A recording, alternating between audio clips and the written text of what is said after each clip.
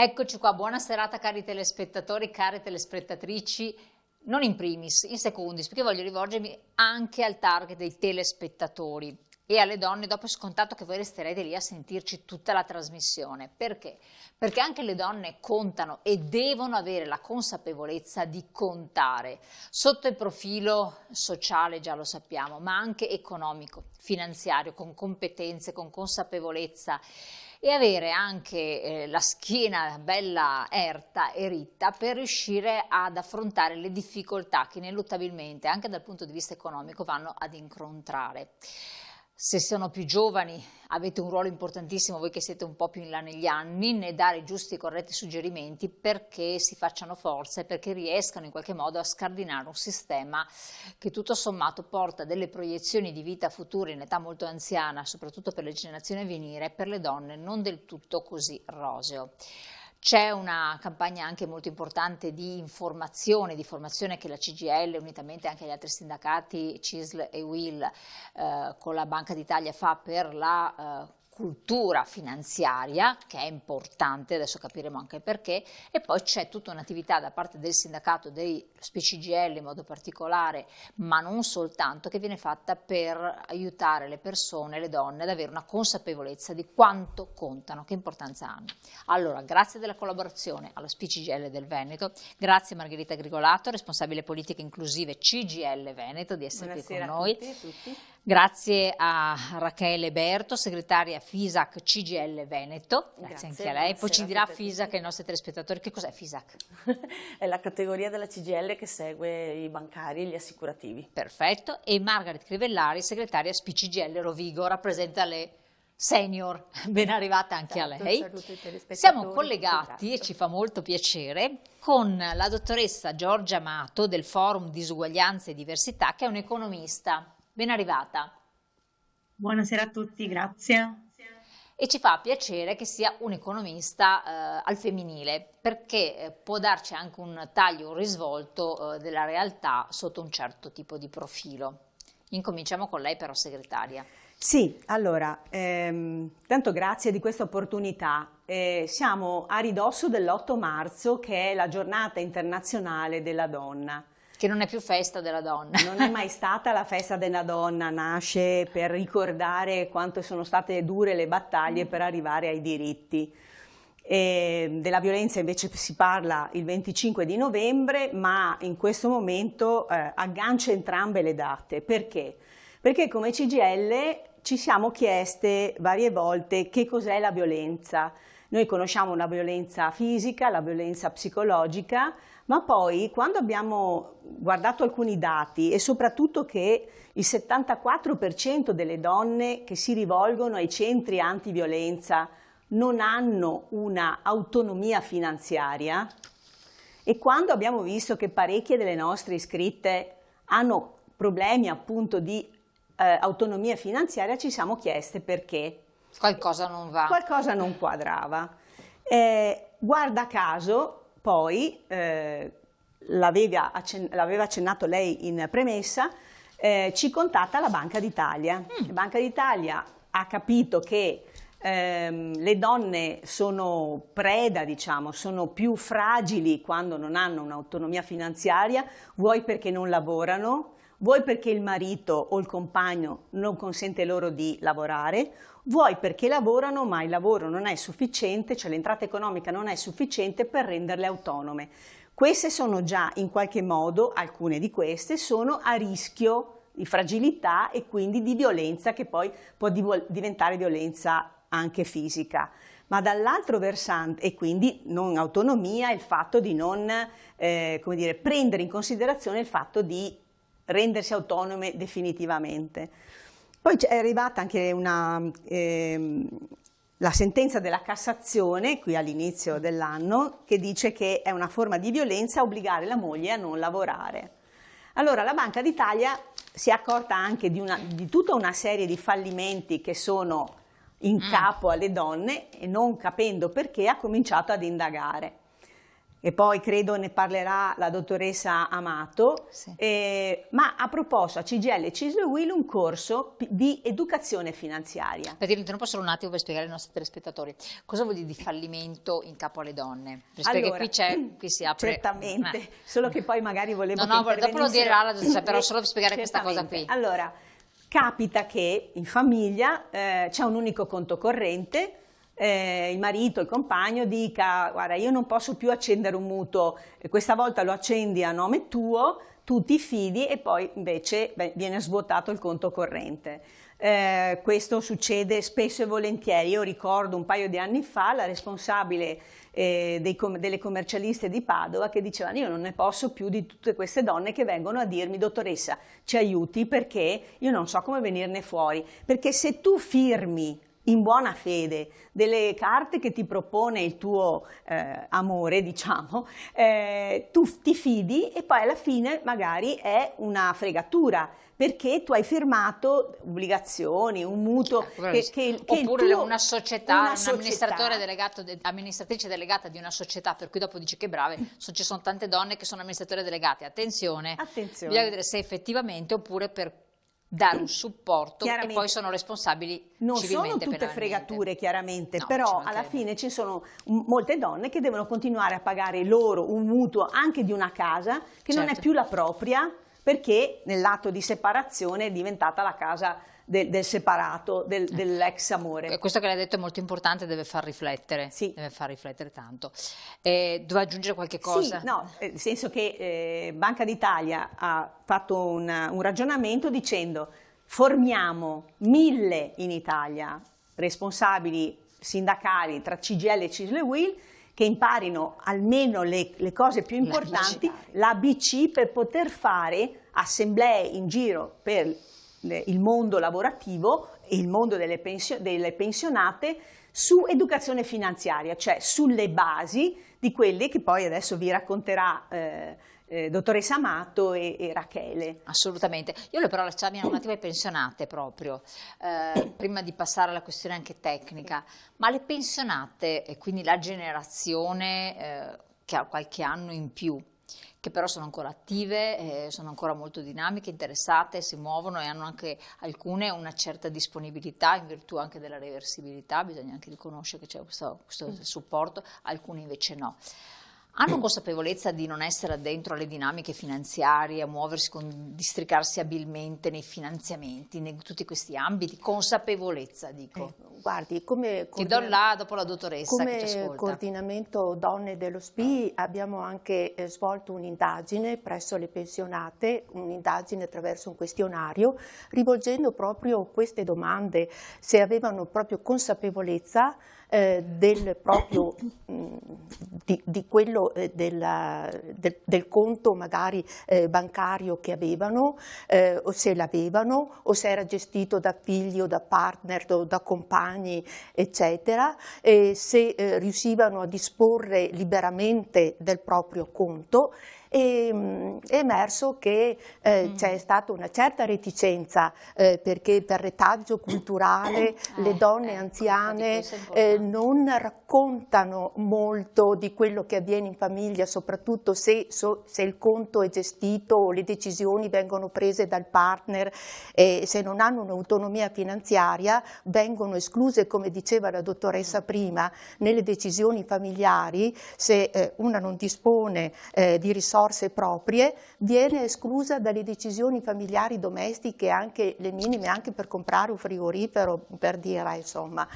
C'è reticenza, e un 12% è emerso, insomma, da questo questionario, che un 12% di queste persone non gestiscono liberamente il proprio conto su 100, però su un campionario molto limitato, molto ristretto, quindi le cose sono migliorate rispetto al 2008, quando era stato già fatto un altro questionario, perché abbiamo voluto potuto mettere a confronto i dati, una comparazione di dati, però la situazione non è migliorata granché, insomma, ecco, rispetto alla... Certo, questo sì, non dottoressa, se la passano bene non se la le passano bene, pensionate. bravissima. Dottoressa Amato, beh, intanto però, prima di dare la parola, volevo che lei ci spiegasse cos'è il Forum Disuguaglianza e Diversità. Sì, il Forum Disuguaglianze e Diversità è per così dire, un contenitore politico che si occupa di fare ricerca e advocacy e dare anche indirizzi di politica pubblica in Italia. Adesso ci stiamo aprendo anche all'Europa in questo momento. Quindi è diciamo, un luogo di discussione, di dialogo, di approfondimento. Certo. Sì, sì, è Chi un fa luogo parte di esattamente questo, questo? un luogo Chi di fa discussione, parte? di dialogo e di approfondimento. Prego? Chi è che fa parte di questo forum? Ne fa parte, Cioè, dunque, sono esperti, sì. sono economiste, persone Sì, sì, certo, dell'economia. certo, ci sono degli esperti, ci occupiamo di vari temi e diverse tematiche. Ovviamente ci sono tantissimi esperti sia in ambito di ricerca scientifica, sia in ambito universitario, ma anche degli esperti del fare, quindi persone che si sono occupate da sempre a vario livello di varie tematiche, come ad esempio giustizia ambientale, ma anche giustizia in ambito del mercato del lavoro. Ce ne occupiamo, diciamo, a vari livelli. Chiaro, non era proprio per capire questo, perché magari non tutti sono a conoscenza di che cosa fa, chi c'è all'interno, nemmeno io sapevo che ci fosse un forum di questo tipo ed è molto interessante. Allacciandomi a quanto aveva esordito in premessa la segretaria Grigolato, ma poi ha chiarito ancora meglio la segretaria dello SPI di Rovigo. Qual è la situazione che emerge dal punto di vista di conoscenze, di strumenti anche culturali per potersi autogovernare, ma soprattutto per avere anche una forza di dialogo della donna nell'ambito della famiglia e anche della società, per quel che riguarda le finanze e l'economia? Cosa emerge? Certo. Emerge, in realtà mi sento proprio di confermare al 100% quanto già detto e quanto già comunicato. In particolare mi faceva sorridere il fatto che ci fossero dei dati in cui emergesse appunto questo fenomeno e la Presidente prima diceva però è su un campione ristretto. In realtà anche le varie indagini che sono state condotte in Italia proprio su base nazionale e quindi con un campione più allargato in realtà non fanno nient'altro che confermare quanto abbiamo già detto. In particolare quello che volevo dare diciamo una breve analisi, qualche dato su quelle che sono le condizioni al momento e la necessità di dare i dati ritengo sia fondamentale per due motivi. Anzitutto ci fa sentire meno soli. Quando vediamo che ci sono Non sono solo io. delle statistiche.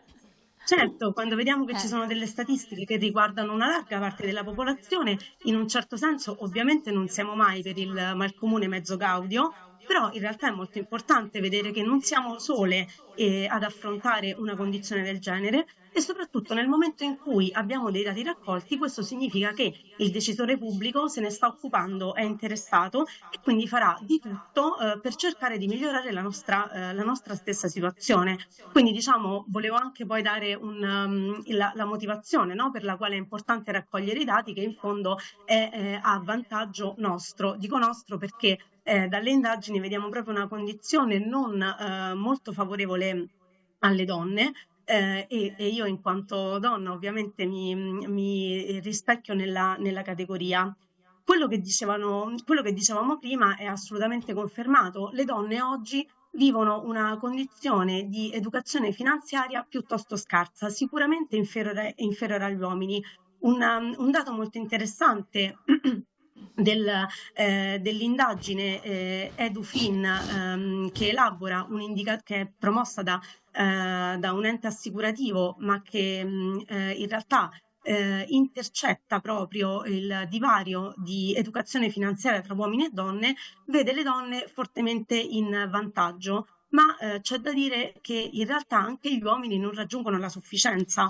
Quindi quello infatti, che quello vediamo penso anche io. combinando le varie indagini, tra cui anche quella di Banca d'Italia, vediamo proprio in effetti che in questo momento la situazione dell'educazione finanziaria in Italia non è rosea.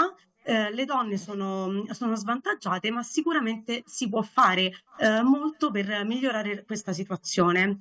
Le donne risultano essere svantaggiate sotto due punti di vista. Innanzitutto in quanto sono loro stesse che delegano molto spesso il ruolo di decisore finanziario al marito. È ben il 60% delle donne che fa questo, che Ecco, io le delega interrompo il solo un attimo, compagno. le interrompo solo un attimo perché voglio proprio spezzettare questo suo discorso per farlo recepire bene, perché altrimenti sono tantissime cose che vengono fuori. Certo. Quindi tenga presente, lei ha detto il primo aspetto, si tenga presente gli altri, perché adesso andiamo a parlare. Il 60% delega al proprio marito. E io qui voglio fare il passaggio qua delle signore che rappresentano un po'. Perché secondo lei uno delega al proprio marito? Perché il marito le costringe a farlo, ma io non penso che tutti i mariti siano così. C'è un'educazione di fondo notevole, cioè noi siamo ancora, e qui entra in gioco la parola dell'anno, patriarcato, siamo tutte noi ancora come dire, intrise di questa parola e di questi atteggiamenti, perché era normale, perché cioè capitava, per carità, che mio padre portava a casa la busta paga, la dava a mia madre e mia madre era la regolatrice ma se si dovevano investire soldi perché c'era un po' di risparmio e quindi era d'appannaggio del marito, cioè di mio padre, e a casa mia funzionava bene, ma io le ho sentite tutte le donne che dicevano no, ma lo dico in Veneto, ma mi decontino che ne capisco niente. Ecco, la volevo arrivare proprio a questa cosa qua. E quindi delega, no, al maschio, come se il maschio sapesse di più. Poi la dottoressa Amato ci ha appena detto che anche i maschi non capiscono granché. È un problema italiano. È un problema italiano, e però è vero, noi siamo frutto di quella esperienza, di quella cosa che arriva da prima della seconda guerra mondiale, cioè non siamo evolute in questo senso. Poi mi è venuto in mente un film che è Il diritto di contare, che invece non è di contare nel senso di contare, quindi utilizzare i numeri, la matematica, ma di contare, come è il titolo della trasmissione di questa sera. Certo. Vabbè, lei capisce tutto di finanza, economia, ci lavora, la invidio, perché è una materia che a me non entusiasma. Ma esatto, infatti, e io quello stavo pensando, dicendo, ma a me non entusiasma, parlo con tante altre persone, lo stessa cosa, cioè, sarà stato un fattore di educazione, ma non credo neanche quello, non è una cosa così che istintivamente ti senti portato a fare, e tante volte anche il fattore del rischio, e questo voglio dire un po', chiedere l'intervento poi della dottoressa, che magari ha fatto degli studi approfonditi. La donna tende ad avere una propensione al rischio, che in genere, me lo dica se sbaglio, è un po' più bassa, cioè È inferiore. È inferiore all'uomo, che l'uomo tante volte si rischia, perde anche per carità, perché infatti abbiamo visto quanti uomini anche con le banche venete ci hanno messo sul lastrico intere famiglie. La donna è molto più prudente, propensione al rischio bassissima, le banche piangono quando vedono le donne, perché le donne tendono a lasciare casomai nel conto le cose, fare investimenti calibratissimi, piuttosto assicurazioni, piuttosto tutto quello che in futuro, insomma comunque non certo azioniste. No, Ecco, certo. ecco. Quindi forse anche questo porta a dire, in questi ambiti così volubili, così in movimento, non mi va di metterci la testa perché è una perdita di tempo, insomma. Semplicizzando, io la butto a lei, dopo dottoressa però deve intervenire anche lei con un'analisi su questa cosa. C'è sicuramente l'aspetto culturale, come dicevamo prima, quindi le donne sono sempre state poco abituate a occuparsi di finanza, così come di scienze, così come di tecnologia, e invece gli uomini molto di più. Però oggigiorno la popolazione bancaria è prevalentemente femminile piuttosto che maschile. Esatto. Ma c'è ancora la cultura delle persone che entrano in banca e chiedono dov'è il direttore, posso parlare col direttore? Invece la stragrande maggioranza, cioè molte direttrici attualmente delle filiali di banca sono donne. Quindi c'è un fattore culturale. Allora adesso chiederò anche a entrambi, tanto la dottoressa quanto anche il segretario dello SPI Rovigo, lo stesso parere a riguardo, ma andiamo un attimo in pubblicità, qualche secondo, restate con noi.